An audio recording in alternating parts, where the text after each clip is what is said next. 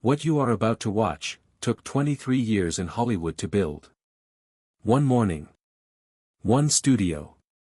One question that nobody should have asked. Most people who sit across from Denzel Washington are intimidated before the cameras even roll. The lighting team feels it. The producers feel it. The studio audience feels it. There is a gravity around that man, a kind of quiet authority, that makes even the most seasoned journalists choose their words carefully. Robin Roberts had been doing this for over 2 decades. She had interviewed presidents. She had sat with grieving families. She had stared down controversy and smiled through it on national television. She was, by every measure, unshakable. Until the morning she wasn't. What happened on that stage lasted less than 4 minutes. The clip never officially aired in full. But the internet found it anyway. And within 48 hours, the phrase, "Denzel shut it down," was trending in 14 countries. This is the story of that morning. Let's talk about Denzel Washington for a moment. Because you cannot understand what happened that morning without understanding who walked through that door. Denzel Hayes Washington Jr. was not built by Hollywood. Hollywood tried to shape him, and failed. He was built in Mount Vernon, New York, by a Pentecostal preacher father and a beauty shop owner mother who had absolutely no tolerance for excuses. He was built by rejection. By playing second-tier roles before the industry could figure out what to do with him. By watching less talented men get the parts he deserved, and choosing, again and again, to simply get better rather than get bitter. He has won 2 Academy Awards.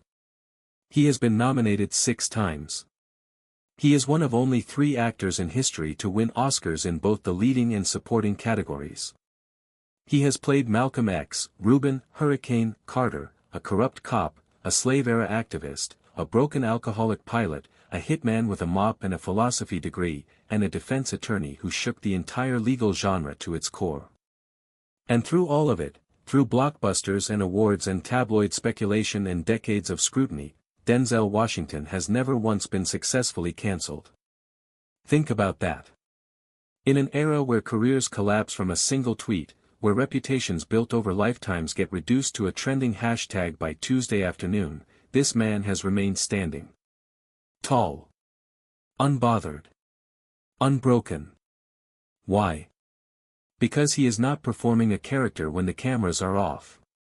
There is no gap between the man on screen and the man in the room. That is genuinely rare. And it is genuinely dangerous to underestimate. But in the months leading up to this GMA appearance, something had been stirring beneath the surface. Denzel had given a series of interviews, thoughtful, philosophical, occasionally provocative, in which he had said things that a certain corner of the media had decided to find uncomfortable. He had spoken about personal accountability. About what he called the abdication of fatherhood as a societal crisis. He had questioned the way Hollywood awards political messaging over artistic craft. He had pushed back on the idea that an actor's job is to be a spokesperson for any ideology. And perhaps most controversially, he had said, plainly and without apology, that he had no interest in letting anyone else define his legacy for him. The entertainment press had not loved that. There were think pieces. Opinion columns. Carefully worded segments on morning shows asking whether Denzel Washington had become, in one writer's words, too comfortable saying the quiet part loud. He had not responded to any of it. He had simply announced a new film. Booked the press tour. And shown up. Which brings us to that Tuesday morning. Good Morning America. Studio TV 1 in Times Square, New York City. If you've never been inside that building, let me paint it for you. It is, above everything else, a machine. A perfectly calibrated, relentlessly optimistic, brilliantly lit machine designed to make the entire country feel okay about waking up. The sofas are chosen to feel warm. The lighting is engineered to make everyone look slightly better than they do in real life. There are producers speaking into earpieces and segment countdowns ticking on monitors and a floor director who has the energy of someone who has consumed an unreasonable amount of espresso. And then there is the audience. Roughly 250 people, packed into the studio, who have stood in line since before dawn in Midtown Manhattan, because they wanted to be here, in this room, when something memorable happened. They did not know how memorable this particular morning would be. Robin Roberts took her seat at 7:42 a.m. She was, as always, immaculate. A deep burgundy blazer. Hair perfect. Posture perfect. The smile that has become one of the most recognized and trusted faces in American morning television. She had reviewed her notes. She had been briefed by her producers. She knew this was a marquee get. Denzel Washington didn't do morning television often, and when he did, it was always an event. What her producers had also flagged, carefully, in a production meeting the afternoon before, were the questions. A segment of the audience was specifically curious about those recent interviews. About the comments. About what some were calling his new phase of candor. The show had prepared a line of inquiry that would, in the words of one producer in that meeting, push into some of those more provocative spaces. Push. That was the word they used. Nobody in that meeting, apparently, had stopped to ask, what happens when you try to push something that doesn't move? At 7:51 a.m., the floor director's voice came through the studio. 90 seconds, everyone. We're live in 90. The audience settled. The cameras locked in.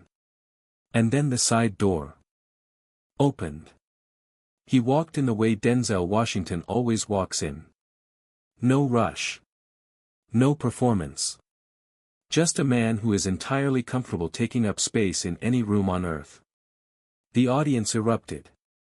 A 250-person standing ovation before he had even reached the sofa. He acknowledged it with a slight nod, gracious, unhurried, and sat down with the ease of someone who had done this 1,000 times. Robin Roberts greeted him warmly. Genuinely. These were not strangers, they had met before, shared mutual respect, moved through the same high-altitude orbits of American public life for years. The opening minutes were light. Easy. He talked about the film. A few jokes.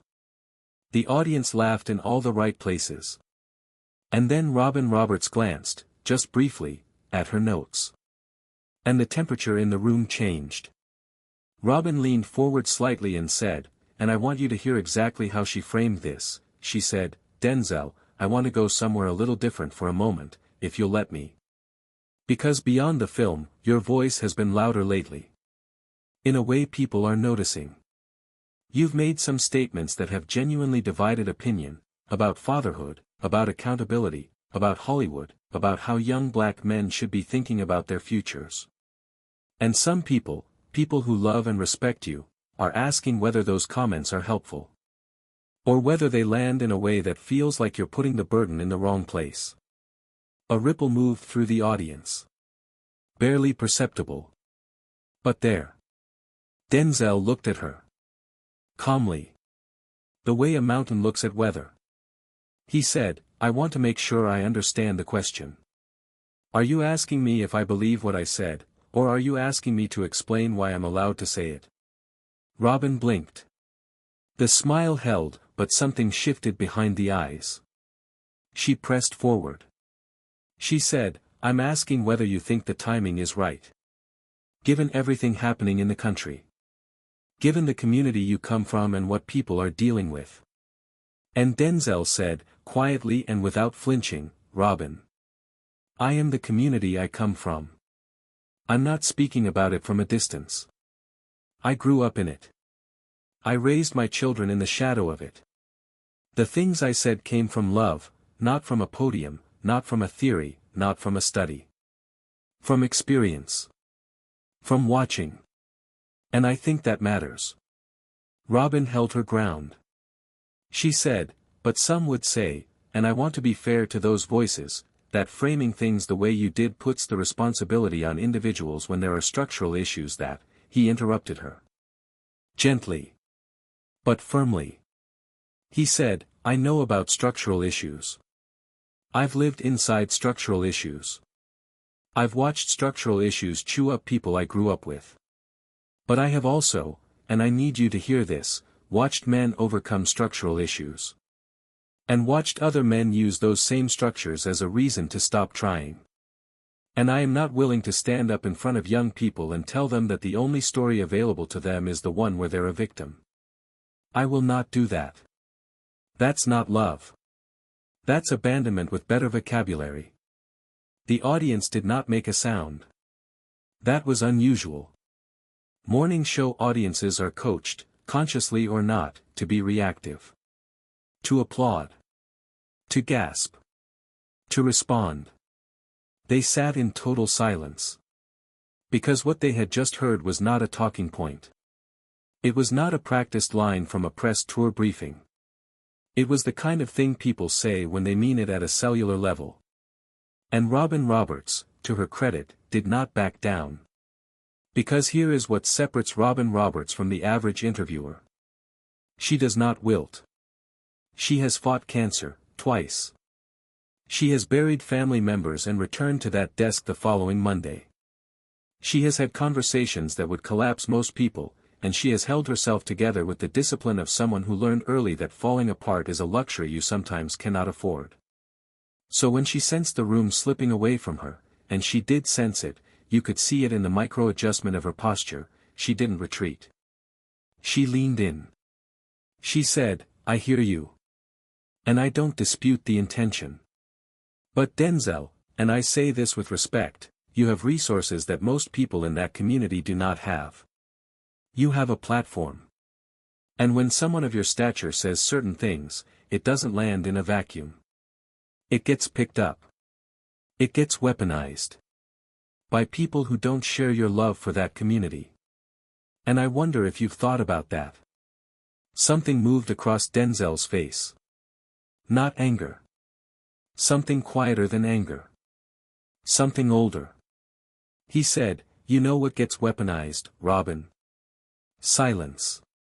The silence of people who know the truth and stay quiet because they're worried about how it's going to play. That gets weaponized too. It just gets weaponized against the people you say you're protecting." Robin said, "So you have no concern about," he said, "I have every concern. That's why I said it." Then he paused. And he leaned forward slightly. The camera caught it. He said, "Let me ask you something. And I'm serious. When did we decide that telling people the truth about what it takes to survive, and thrive, became a controversial act? When did we get to a place where saying your choices matter is considered an attack? Because from where I'm sitting, the most dangerous thing I could tell a young man is that his choices don't matter. That everything is already decided. That the system is all-powerful and he is powerless. I refuse to preach that gospel. I don't care how it plays." The silence in the studio was now a living thing. 250 people. Barely breathing. And this is the moment. If you watch the clip, the one that made it to the internet, this is the exact moment everyone is talking about. Because Robin Roberts, who had been holding her line professionally, who had been asking fair questions in the way morning television sometimes asks them, with the frame already assembled around the question, did something very human. She reached for the personal. She said, "I just think, and look, I'm being honest with you because that's the only way I know how to do this, I think there are people who feel like you've changed. That the Denzel of 20 years ago and the Denzel sitting here today are different. And that the older version might be losing touch with," she didn't finish the sentence. Because Denzel smiled. Not a media smile. Not a PR smile. A real one. Warm. Almost, amused. He said, "Robin. I've been the same man my entire life.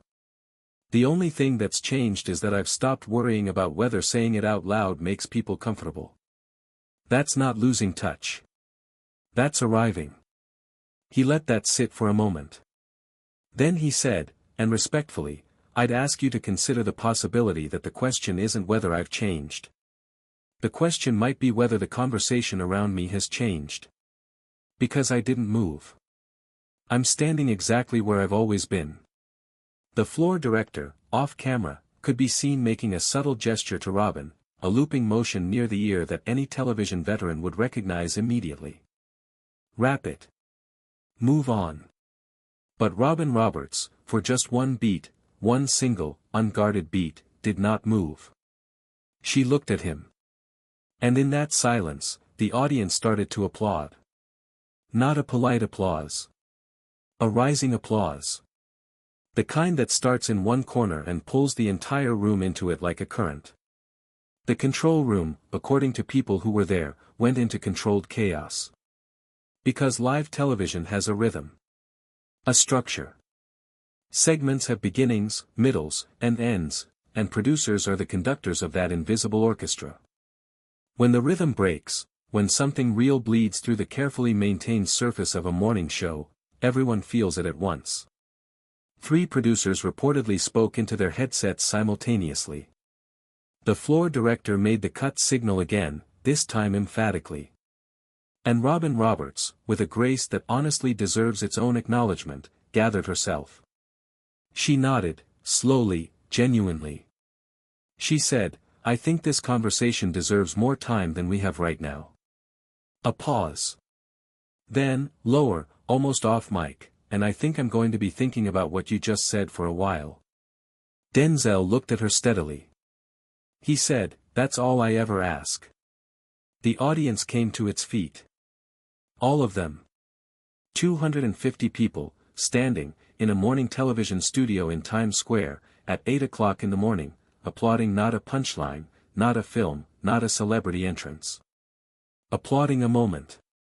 The kind that cuts through the noise and reminds you why you still believe conversation matters. Robin Roberts pressed her lips together, nodded once more, and turned to camera 3. Her voice was steady. Professional. Flawless. But her eyes were somewhere else entirely. The segment aired at 8:04 a.m. Eastern. By 8:47, a 43-second clip had been posted to X by an account with 12,000 followers. By 10:15, that clip had 4 million views. By end of day, it had cleared 22 million. The phrase Denzel Washington GMA hit the top of Google Trends before noon. The full conversation, including the parts the broadcast had tightened in post, leaked via an audience member's phone recording and landed on Reddit's front page by early afternoon. And then the takes came. Oh, the takes came. One contingent declared Denzel had been reckless. Irresponsible. That his platform came with obligations he was shirking. Media critics penned urgent pieces about the danger of celebrities going off script. Several afternoon talk shows replayed the clip and asked panels of 3 whether Denzel had gone too far. But here is the thing about those panels of 3. None of them could actually identify what, specifically, he had said that was wrong. They talked around it. They contextualized it. They added nuance and qualifications and but on the other hand footnotes.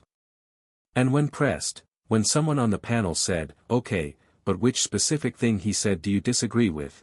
the conversation moved on very quickly to something else.